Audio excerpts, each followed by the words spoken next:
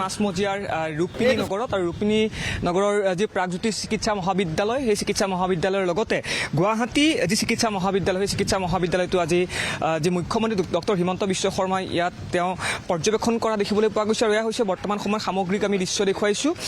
বিভিন্ন যিসমূহ ক্ষেত্ৰ বিভিন্ন যিসমূহ দিশ সেই দিশসমূহ চালি জাৰি চাইছে আৰু ৰোগীৰ ক্ষেত্ৰত কোনো ধৰণৰ যাতে জটিলতা বা কোনো ধৰণৰ যাতে ক্ৰুটি নৰয় তাৰে প্ৰতি লক্ষ্য ৰাখি বৰ্তমান সময়ত মুখ্যমন্ত্ৰী ডক্টৰ হিমন্ত বিশ্ব শৰ্মা ডাঙৰীয়াই বৰ্তমান সময়ত তেওঁ এনেদৰেই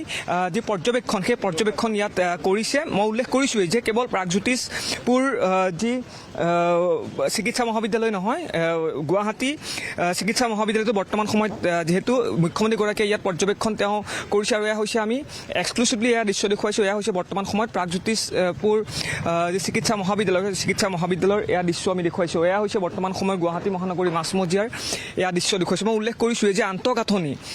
চিকিৎসাৰ যিটো বিভাগ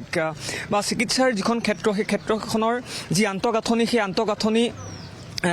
সম্পূৰ্ণ কৰাৰ ক্ষেত্ৰত বা উন্নত মানদণ্ডৰ কৰাৰ ক্ষেত্ৰত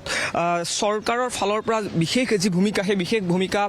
গ্ৰহণ কৰা দেখিবলৈ পোৱা গৈছে তাৰে প্ৰতি লক্ষ্য ৰাখি বৰ্তমান সময়ত এনেদৰেই এতিয়া যি খুদ মুখ্যমন্ত্ৰী ডক্টৰ হিমন্ত বিশ্ব শৰ্মা অৰ্থাৎ মুখ্যমন্ত্ৰীগৰাকীয়ে নিজেই যি পৰিদৰ্শন কৰিছে তেওঁ পৰ্যবেক্ষণ কৰিছে আৰু এয়া হৈছে বৰ্তমান সময়ৰ আমি এয়া দৃশ্য দেখুৱাইছোঁ আৰু এনেদৰেই এতিয়া গুৱাহাটী মেডিকেল কলেজ অৰ্থাৎ গুৱাহাটী চিকিৎসা মহাবিদ্যালয়ৰ লগতে প্ৰাগজ্যোতিষপুৰ চিকিৎসা মহাবিদ্যালয় হওক বা বিভিন্ন চিকিৎসা খণ্ডৰ ক্ষেত্ৰত উন্নত মানদণ্ড কৰাৰ যিটো বিষয় সেই বিষয়টোক লৈ নিৰ্মীয়মান বিল্ডিং তাত তেওঁলোকে তেওঁ পৰিদৰ্শন কৰে পৰিদৰ্শন কালত আমাৰ যিটো নিৰ্মীয়মান সংস্থা যিটো আছে NCC নাগাৰ্জুনা কনষ্ট্ৰাকশ্যন কোম্পানী তেওঁলোকক মাতি আনে তেওঁলোকে যিটো আগতে যিটো ড্ৰয়িঙত আমাৰ টেণ্ডাৰ হৈছিলে সেই টেণ্ডাৰৰ অকণমান কিবা বেলেগ ছাৰে মডিফিকেশ্যন ছাৰে বিচাৰিছে সেইখিনি লৈ ছাৰক প্ৰেজেণ্টেশ্যন কৰিব তাৰপিছত কাম আৰম্ভ কৰিব এতিয়ালৈকে আমাৰ ইয়াতে আমাৰ কাম চলি থাকিব যেনেকৈ আছে আৰু এইখিনি জেগা দিলৈ আৰু ছাৰে আৰু এটা কথা কৈছে যে আমি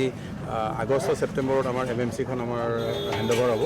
হেণ্ডঅভাৰ হ'লে তাতো আমি ৰোগীক চিকিৎসা কৰাৰ কাৰণে যিখিনি ব্যৱস্থা সেই ব্যৱস্থাখিনি আমি গ্ৰহণ কৰিম আৰু ইতিমধ্যেই তাৰ কাৰণে যিটো আমাৰ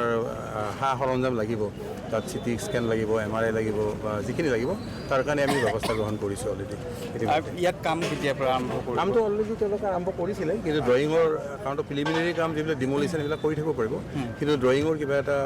ছাৰে কিবা এটা সুধিলে সেইটো তেওঁলোকে ক্লেৰিফাই কৰিব পৰা নাই যিটো কনষ্ট্ৰাকশ্যন যিটো চলি থাকিব যে GMCHত একেলগে ৰোগী আমাৰ চাওক বস্তুটো চাওক এতিয়া আমাৰ যদি কনষ্ট্ৰাকশ্যন চলি থাকে ইতিমধ্যে আমাৰ বেৰিকেডিং কৰা হৈছে যদি আমি আই ডিপাৰ্টমেণ্ট হওক অৰ্থপেডিক্স ডিপাৰ্টমেণ্ট হওক আমাৰ এইফালেদি আহিবই নালাগে ডেণ্টেল কলেজেদি গ'লে তেওঁলোকে তাতে চিকিৎসা ল'ব পাৰিব আৰু আমাৰ সেই অঞ্চলটোও চলি থাকিব আৰু লগতে আমাৰ 2-3 মাহ পিছত আমি MMCতো কিছুসংখ্যক ৰোগী লৈ যাব পাৰিম আৰু ইতিমধ্যে আৰু 2-3 মাহৰ পিছত আমাৰ যিটো